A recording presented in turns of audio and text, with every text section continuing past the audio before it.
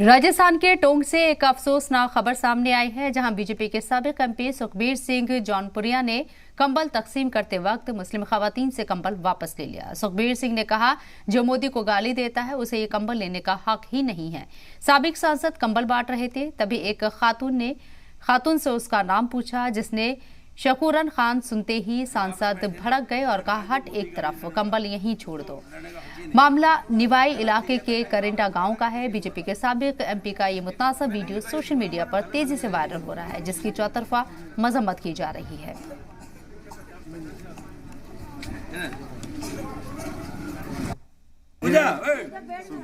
काम कर, क्या नाम तेरा? हट एक तरफ, सारे में मध्य हाँ,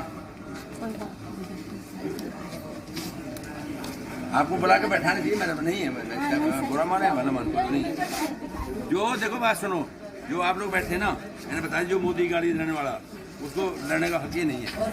लड़ना चाहिए ना, कहीं गांव में बुरा लगा, किसी बुरा लगा, सीधी मैं नहीं, कोई बुरा मान भला मान नहीं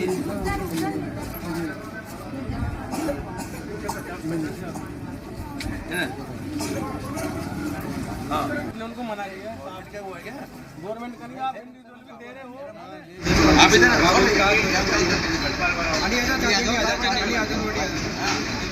इधर बैठा, जो भी है ना इधर बैठा। मैंने तो पहले बता दी, आप उधर बैठा। हाँ, जो भी है ना,